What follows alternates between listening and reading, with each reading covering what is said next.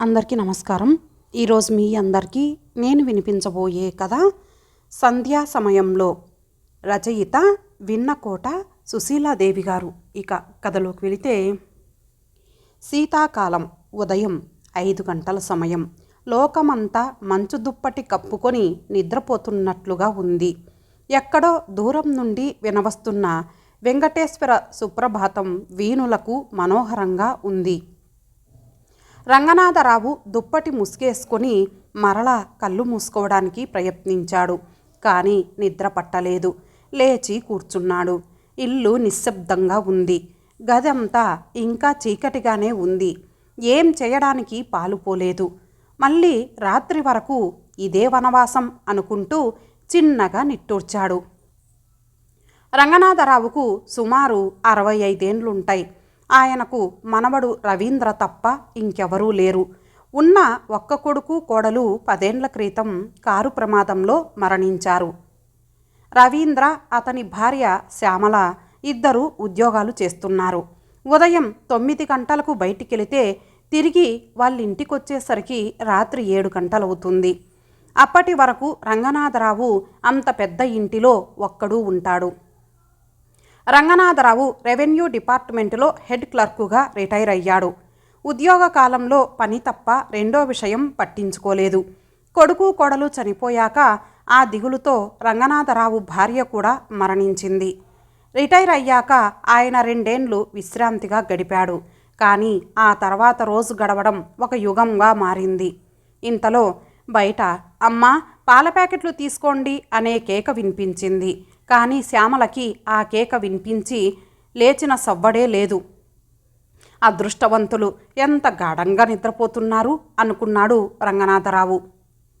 తనకు ప్రతిరోజు 4ంటికే మెలకువ వస్తుంది. మరలా నిద్ర పట్టదు. ఆ నిశ్శబ్ద వాతావరణంలో దుప్పటి కప్పుకొని కూర్చుంటే ఏవేవో ఆలోచనలు మనస్సుని ముసురుకుంటాయి. గోరుముద్దలు తినిపించిన అమ్మ, సరదాగా గడిచిపోయిన బాల్యం, ఆ పల్లెటూరులో తమ ఇంటి వెనకే ఉన్న జామ చెట్టు, కాలవ ఒడ్డు, చింతతోపులో ఆటలు, చదువు, కాలేజీలోని ప్రేమ ముచ్చట్లు, వివాహం, వెన్నెల రాత్రులు, ఆఫీసు, ఉద్యోగం. ఒకటేమిటి, జీవితంలోని ప్రతి చిన్న సంఘటన గుర్తుకు వచ్చేది. అప్పుడే ఎంత జీవితం గడిచిపోయింది, ఇవన్నీ నిన్న మొన్న జరిగినట్లున్నాయే అనుకునేవాడు. నా కొడుకు అందాల రాముడు అని అమ్మ మురిసిపోయేది. మీరు నల్లగా ఉన్నా ఎంత బాగుంటారో తెలుసా అనేది లక్ష్మి. అవన్నీ జ్ఞాపకం వచ్చి విషాదంగా నవ్వుకున్నాడు. ఆ అందమైన శరీరం ఇప్పుడు ఎలా ఉందో, ముడతలు పడిపోయి ఎండిపోయినట్లుగా ఉంది. నా శరీరం నాకే అసహ్యం కలిగిస్తోంది. నేను ఇలా అవుతానని ఎప్పుడైనా అనుకున్నానా? శరీరం వడిలిపోయింది. తల పండిపోయింది. పండిపోయిన ఈ ఆకు ఎప్పుడో రాలిపోతుంది. ఆ తర్వాత ఏమవుతుంది? ఆ ఆలోచనే భయం కలిగించగా ఒళ్ళంతా చల్లబడినట్లయింది. కళ్ళు గట్టిగా మూసుకున్నాడు. ఈ పిచ్చి ఆలోచనల నుండి మనసు మళ్లించుకోవాలని మళ్ళీ పడుకోవడానికి ఉపక్రమిస్తూ ఉండగా, "అమ్మా, అమ్మగారు" పని మనిషి గొంతు వినిపించింది. శ్యామలకి మెలకువ వచ్చింది. "వస్తున్నా" లేచింది. అయితే తెల్లవారిందన్నమాట అనుకుంటూ శాలువా కప్పుకొని దొడ్లోకి వచ్చాడు. ఇంకా పూర్తిగా వెలుతురు రాలేదు. సూర్యకిరణాలు మంచు తెరలతో యుద్ధం చేస్తున్నాయి. పని మనిషి పంపులో నీళ్లు పడుతోంది. రంగనాథరావు వచ్చి దొడ్డి గుమ్మం మెట్ల మీద కూర్చున్నాడు, పని మనిషికి గిన్నెలు వేస్తూ. "తాతయ్య గారు అప్పుడే లేచారే, కాసేపు పడుకోలేకపోయారా?" అని అడిగింది శ్యామల. "నిద్ర పట్టలేదమ్మా" అన్నాడాయన. శ్యామల లోపలికెళ్ళిపోయింది. 1 నిమిషం తీరుబడిగా నిలబడి మాట్లాడే అవకాశమే లేదు. లేచిన దగ్గర నుంచి ఒకటే పరుగు. శ్యామల ముఖం కడుక్కొని రంగనాథరావుకి అన్నీ అమర్చింది.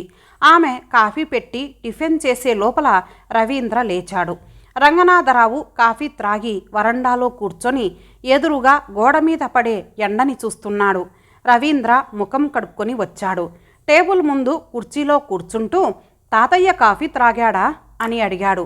"ఆ" అంది శ్యామల. "స్నానం చేశాడా?" "ఇంకా లేదు." రవీంద్రకి కాఫీ ఇచ్చింది.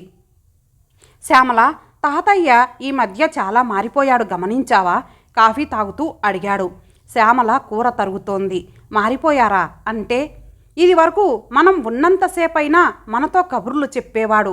ఈ మధ్య ఒంటరిగా దిగులుగా ఉంటున్నాడు. ఏమోనండి, నేను గమనించనే లేదు అంటూ తరిగిన కూర తీసుకొని స్టవ్ దగ్గరికి వెళ్ళింది. రవీంద్ర అక్కడి నుండి లేచి బాత్రూంలోకెళ్ళి స్నానం చేసి వచ్చాడు.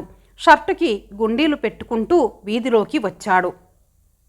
రంగనాథరావు వరండాలో ఇంకా అలానే కూర్చున్నాడు. రవీంద్ర ఆయన దగ్గరికొచ్చి, తాతయ్య అలా కూర్చున్నావేం అని అడిగాడు. రంగనాథరావు ఉలిక్కిపడి చూశాడు. అబ్బే ఏం లేదురా అంటూ నవ్వేశాడు. ఆ నవ్వు ఎప్పటిలా లేదు, ఏదో బాధ, విచారం దాచుకున్నట్లుగా ఉంది. తాతయ్య, నీకు ఒంట్లో బాగా ఉండటం లేదా? రవీంద్ర ఆయన్ని పరిశీలనగా చూశాడు. రంగనాథరావు కళ్ళ క్రింద నల్లచారలు కనిపించాయి. ముఖమంతా పీక్కుపోయినట్లుగా ఉంది. మనవడి మాటలకు నవ్వేస్తూ, నాకేంరా, చేసే పనేం లేక ముప్పొద్దులా తింటూ హాయిగా ఉంటున్నాను అన్నాడాయన.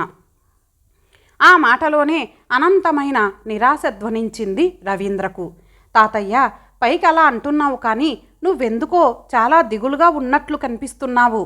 ఇంకా నయంలే, నాకేం దిగులు.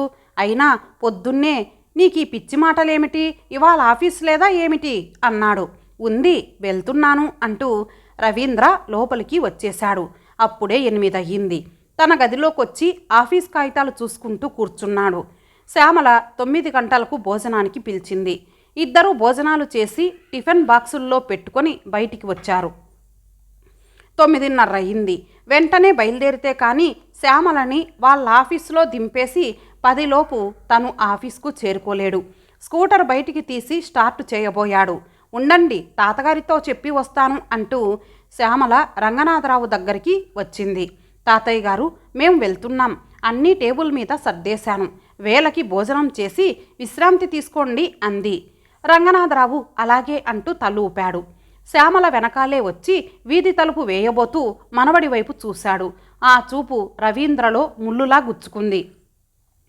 ఆఫీసులో కూర్చున్న రంగనాథరావు చూసిన చూపే రవీంద్రకు జ్ఞాపకం రాసాగింది. అడవిలో తప్పిపోయిన ఒంటరి లేడి పిల్లల తల్లి తండ్రి వదిలేసిన చిన్న పిల్లాడిలా ఆ చూపు మాటిమాటికి హృదయంలో గుచ్చుకుంటోంది. బలవంతంగా మనసు మరల్చుకొని పనిలో తలదూర్చాడు రవీంద్ర. మర్నాడు ఆదివారం. రంగనాథరావు మామూలు సమయానికే లేచాడు. ఆదివారం వస్తే శ్యామల 7 గంటలకు లేస్తుంది. అప్పటి వరకు ఒంటరిగా ఆయన నరకబాధని అనుభవిస్తాడు. ఆదివారం శ్యామలకి ఆనందం కలిగించినా రంగనాథరావుకు మాత్రం ఆదివారం అంటే భయం. ఉద్యోగం నుండి రిటైర్ అయిన క్రొత్తలో మార్నింగ్ వాక్కి వెళ్ళేవాడు. కానీ ఇప్పుడు ఎక్కడికి వెళ్ళాలని అనిపించడం లేదు. అదీగాక ఆయనకు చెప్పుకోదగ్గ స్నేహితులు కూడా లేరు. అందుకే శ్యామల కానీ రవీంద్ర కానీ కాసేపు తన దగ్గర కూర్చొని మాట్లాడితే బాగుండును అనుకుంటాడు. కానీ వాళ్లకు తీరుబడేది? భగవంతుడా, ఒంటరితనానికి మించిన శిక్ష లేదు. ఇంట్లో ఒకళ్ళిద్దరు చిన్నపిల్లలున్నా తనకి తోడుగా ఉండేది. కానీ శ్యామల రవీంద్ర 5 ఏళ్ల వరకు పిల్లలు పుట్టకూడదు అనే అభిప్రాయంలో ఉన్నారు. 7 దాటుతుండగా శ్యామల లేచింది. కాఫీ టిఫిన్ తయారు చేసింది. ఆ రోజు రవీంద్ర కొంచెం తొందరగానే లేచాడు. సరాసరి రంగనాథరావు గదిలోకొచ్చాడు. రంగనాథరావు దుప్పటి ముసుగేసుకొని పడుకునే ఉన్నాడు. తాతయ్య అని మెల్లగా పిలిచాడు. దుప్పటి ముసుగు తీశాడు. కానీ రంగనాథరావు కళ్ళల్లోని తడి అతని దృష్టిని దాటిపోలేదు. రవీంద్ర మనస్సు చివుక్కుమంది. తాతయ్య, ఇంకా పడుకున్నావేం? లే, ముఖం కడుక్కుందువు కానీ.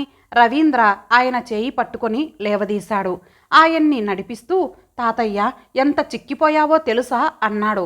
నీ మొహం ఏం లేదు, టిఫిన్ తింటోంటే రవీంద్ర అన్నాడు.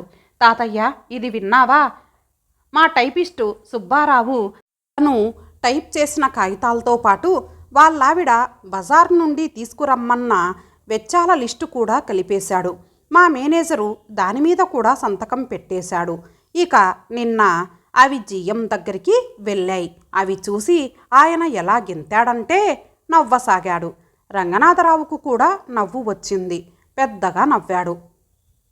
ఆయన అంతగా నవ్వడం ఎప్పుడూ చూడని శ్యామల ఆయన వైపు వింతగా చూసింది. రవీంద్ర ఇంకాసేపు ఆఫీస్ విషయాలు చెప్పి లేచాడు. రంగనాథరావుకి ఒక్కసారి చీకటి వ్యాపించినట్లయింది. రవీంద్ర ఇంకాసేపు అలా కబుర్లు చెప్తే బాగుండును అనిపించింది. శ్యామల వంట పనిలో పడింది. రంగనాథరావు అక్కడి నుండి కదిలి తన గదిలోకెళ్ళాడు. ఏం చేయాలో తోచలేదు. మంచం మీద వాలి దుప్పటి ముసుగేసుకొని పడుకున్నాడు. రవీంద్ర కొలీగ్స్ వస్తే బయటికి వెళ్ళాడు. శ్యామల 11 గంటల ప్రాంతంలో రంగనాథరావుని భోజనానికి పిలిచింది. రంగనాథరావు వెళ్ళి భోజనం చేసి వచ్చాడు. రవీంద్ర 1 గంట దాటాక వచ్చాడు. వస్తూనే శ్యామలని అడిగాడు. శ్యామల, తాతయ్య భోజనం చేశాడా? ఆ అంది. రవీంద్ర తాతగారి గదిలోకి వచ్చాడు. ఆయన మంచం మీద కూర్చుంటూ తాతయ్య అని పిలిచాడు. ఆయన కళ్ళు విప్పి చూశాడు. తాతయ్య, ఎప్పుడు అలా పడుకొని ఉంటావెందుకు? మరేం చెయ్యన్రా? ఆ మాట సూటిగా తాకింది. ఏం చెప్పాలో వెంటనే స్ఫురించలేదు. క్షణం ఆగి అన్నాడు, ఏదైనా పుస్తకం చదువుకోకూడదు? ఏం చదవాలని లేదురా. రవీంద్ర ఇంకేం మాట్లాడలేకపోయాడు. ఆయన ఎదుట కూర్చొని ఆయన బాధని చూడటం రవీంద్రకు దుర్భరంగా తోచింది. లేచి వచ్చేశాడు. ఆ సాయంత్రం రవీంద్ర స్నేహితుడు రామకృష్ణ వచ్చాడు. ఏమిటోయ్, 2 గంటలకు వస్తానన్నావు, రాలేదే? ఇక చూసి చూసి నేనే వచ్చేశాను అన్నాడు రవీంద్రతో. రామకృష్ణని తన గదిలోకి తీసుకెళ్లాడు రవీంద్ర. ఏం చేశావురా, నిద్రపోయావా? రామకృష్ణ మళ్ళీ అడిగాడు. అబ్బే, నిద్ర కాదురా, మా తాతయ్యకి పుస్తకం చదివి వినిపిస్తున్నాను అన్నాడు రవీంద్ర. రామకృష్ణ నవ్వాడు. తాతగారికి సేవ?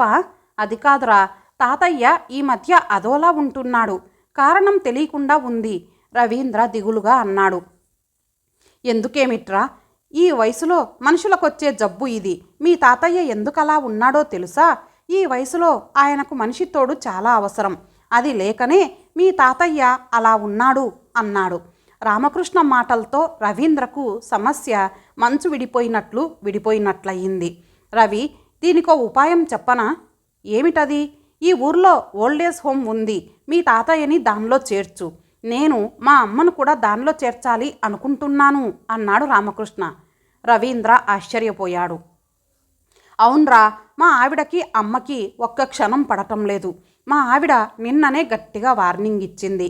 మా అమ్మ ఉంటే ఇంట్లో ఉండనని. ఇక ఏం చెయ్యను? ఆవిడని ఆ హోంలో చేర్చే ఏర్పాట్లు చేస్తున్నాను అన్నాడు రామకృష్ణ. ఆ మాట వినగానే రవీంద్రకు చాలా బాధ కలిగింది. ఒరే, ఆవిడ ఈ వయసులో అక్కడ ఎలా ఉండగలదు? అయినా ఇప్పుడు నువ్వేగా అన్నాడు. ముసలి వయసులో మనిషి అవసరం చాలా ఉంటుందని అన్నావు. మరి నువ్వే చివరికిలా?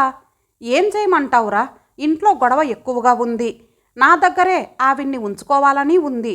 కానీ పరిస్థితులు సహకరించడం లేదు నిర్లిప్తంగా అన్నాడు. రవీంద్ర స్నేహితుని ముఖంలోని బాధని చూసి ఆ విషయాన్ని గూర్చి ఎక్కువగా తర్కించలేదు. ఇతర విషయాల వైపు సంభాషణ మరల్చాడు. 5 గంటల ప్రాంతంలో రామకృష్ణ వెళ్ళాడు. స్నేహితుని పంపి లోపలికొచ్చిన రవీంద్రని చూసి సినిమాకు వెళ్దామా అని అడిగింది శ్యామల. తాతగారిని ఒంటరిగా వదిలి సినిమాకు వెళ్ళాలని లేదతనికి. కానీ శ్యామల కోరికని కాదని వారానికి ఒక్కరోజు ఆమె ఆనందాన్ని భగ్నం చేయలేడు. క్షణం ఆలోచించాడు. ఆశగా తన ముఖంలోకి చూస్తున్న శ్యామలని గమనించి అలాగే వెళ్దాం అన్నాడు. శ్యామల ఉత్సాహంగా లోపలకు వెళ్ళింది. రవీంద్ర తాతగారి దగ్గరకొచ్చి తాతయ్య సినిమాకి వస్తారా అన్నాడు. నాకు సినిమాలేమిట్రా, మీరిద్దరూ వెళ్ళండి అన్నాడు. ఆయన రాడని తెలిసి మొక్కుబడిగా అడిగినట్లుంది. ఆ రాత్రి సినిమా నుండి వచ్చాక శ్యామలతో అన్నాడు. శ్యామల, తాతయ్య ఈ పూట భోజనం చేయలేదు చూసావా? అవునండి, బహుశా ఆకలి లేదేమో. అదేం కాదు, తాతయ్య బాధకి గల కారణం చెప్పనా? చెప్పండి.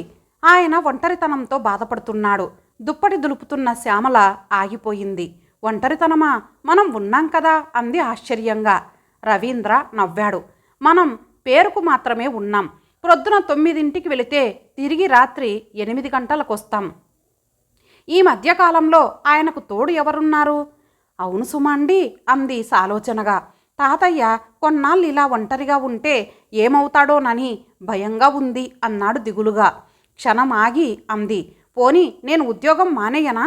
అది కాదు సమస్యకు పరిష్కారం. మరేం చేద్దాం? అదే ఆలోచిస్తున్నాను అన్నాడు మంచం మీద పడుకుంటూ.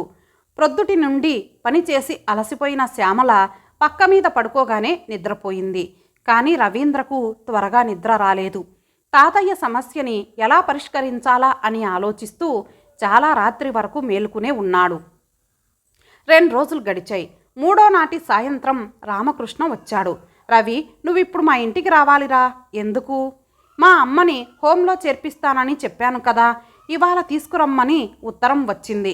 నువ్వు కూడా కాస్త తోడు ఉంటే బాగుంటుంది అన్నాడు. సరే పద, బట్టలు మార్చుకున్నాడు. ఇద్దరు స్కూటర్ మీద బయలుదేరారు. తాతయ్యని కూడా చేర్పిస్తే అనే ఆలోచన వచ్చింది రవీంద్రకు.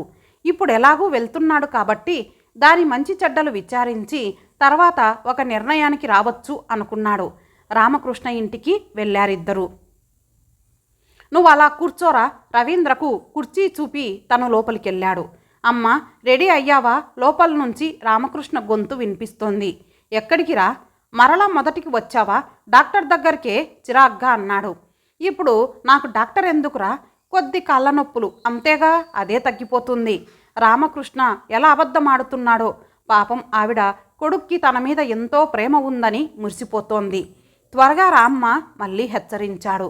ఇక ఆ తర్వాత ఏ మాటలు వినిపించలేదు. 10 నిమిషాల తర్వాత రామకృష్ణ అతని తల్లి బయటకొచ్చారు. రవీంద్రని చూసి బాగున్నావా నాయనా అంటూ పలకరించింది. ఆ అన్నాడు. రవీంద్ర రామకృష్ణ స్కూటర్ పైన, ఆవిడ రిక్షాలోనూ బయలుదేరారు. అరగంట తర్వాత ఓల్డేజ్ హోమ్ చేరుకున్నారు. ఊరికి దూరంగా ఉంది. విశాలమైన ఆవరణలో ఉంది. మధ్యలో తెల్లని డాబా ఉంది. దిగమ్మ. ఆవిడ చుట్టుపక్కల చూస్తూ, ఇదేమిట్రా, డాక్టర్ ఇల్లు ఊరికింత దూరంగా ఉందే. వాతావరణం బాగా ఉందని ఇక్కడ కట్టుకున్నాడులే, రా అని తల్లిని చేయి పట్టుకుని లోపలకు తీసుకొచ్చాడు రామకృష్ణ. ముందు గదిలో ఆఫీస్ ఉంది. రామకృష్ణ కుర్చీలో కూర్చున్న వ్యక్తిని చూసి నమస్కారం చేస్తూ, ఈవిడేనండి అన్నాడు. ఆ వ్యక్తి ఆవిడని పరిశీలించి రామకృష్ణ చేత ఏవేవో సంతకాలు చేయించుకున్నాడు. ఆవిడ్ని ఈ పూటే చేర్చుకుంటాం అన్నాడు. బెల్ కొట్టి ప్యూన్ని పిలిచాడు. అతనితో వెళ్ళండి. ముగ్గురు లోపలకు వెళ్ళారు. మధ్య ఒక పెద్ద హాలు చుట్టూ గదులు.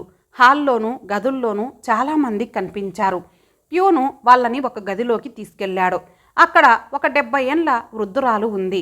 ఎదురుగా పళ్ళెంలోంచి ఏవో తీసుకొని తినాలని ప్రయత్నిస్తోంది. కానీ చేతులు వణుకుతూ తినలేకపోతోంది. ఆ దృశ్యం రవీంద్ర మనసుని కలచివేసింది. ముందుకు వెళ్ళి చూశాడు. పళ్ళెంలో అటుకులు ఉన్నాయి. రవీంద్ర అవి తీసుకొని ఆమె చేతుల్లో వేశాడు. ఆవిడ తలెత్తి రవీంద్ర వైపు అభిమానంగా చూసింది. ఇదేమిట్రా, ఇక్కడకు తీసుకొచ్చావు? రామకృష్ణ తల్లి భయంగా అడుగుతోంది. డాక్టర్ గారు నిన్ను పరీక్ష చేస్తారట, 2 రోజులు ఇక్కడ ఉంచమన్నారు అన్నాడు. ఇక్కడ వద్దురా, అయినా నాకు ఏ రోగమూ లేదు. పద ఇంటికి పోదాం. ఆ వాతావరణం చూసి ఆమె చాలా గాబరా పడిపోతోంది. అది కాదమ్మా, డాక్టర్ గారు నిన్ను పరీక్ష చేయాలన్నారు, లేకపోతే ఆయనకు కోపం వస్తుంది. అదీ కాక నీకు కీళ్ళ జబ్బు తగ్గొద్దా? నాకేం జబ్బు లేదన్నానా? ఆవిడకి సమాధానం చెప్పలేక రామకృష్ణకి విసుగొచ్చింది. అమ్మ, ఇప్పుడు అలాగే ఉంటుంది. నీ వ్యాధి విషయంలో అశ్రద్ధ చేయకూడదు. ఆ తర్వాత ముదిరిపోతే వేలకి వేలు ఖర్చవుతే ఎవరు భరించగలరు? తీవ్రంగా అన్నాడు. రామకృష్ణ చెప్పే అబద్ధాలు వినలేకపోయాడు రవీంద్ర. ఆ అమాయకురాలిని ఎలా మోసం చేస్తున్నాడు అనుకున్నాడు. రామకృష్ణ ఆమె సామానులు ఆయాకి అప్పచెప్పాడు. కాస్త జాగ్రత్తగా చూస్తూ ఉండండి, నేను అప్పుడప్పుడు వస్తుంటాలేండి రహస్యంగా చెప్పాడు. ఇక మేం వెళ్తాం తల్లికి చెప్పి వెనుదిరగబోయాడు. ఉన్నట్లుండి ఆమె భోరుమంది. రామకృష్ణ ప్రవర్తనలో ఆమెకు ఏదో అనుమానం తోచడంతో ఆమెలో మొండితనం పోయి బేలతనం ఆవరించింది. ఒరే రాము, నేనిక్కడ ఉండలేనురా, మన ఇంటికి తీసుకెళ్ళు. నిన్ను రోజు చూడకుండా నేనెలా ఉండగలను? నా మనవడు గోపి, వాడి ముద్దు మాటలు వినకుండా ఎలారా? నువ్వు నా రోగానికి 1 పైసా కూడా ఖర్చు పెట్టనక్కర్లేదు. నన్ను ఇంట్లో ఉండనివ్వు చాలు. రోజుకి 1 పూట అన్నం పెట్టు చాలు. నేను ఎలా చచ్చినా పర్వాలేదు. నన్ను నీ దగ్గర ఉండనివ్వు చాలురా. ఆమె రామకృష్ణ వెంటబడి బ్రతిమాలుతోంది. ఇంతటితో ఈ భాగం సమాప్తం. మరొక భాగంతో కలుద్దాం. అంతవరకు సెలవు. నమస్తే.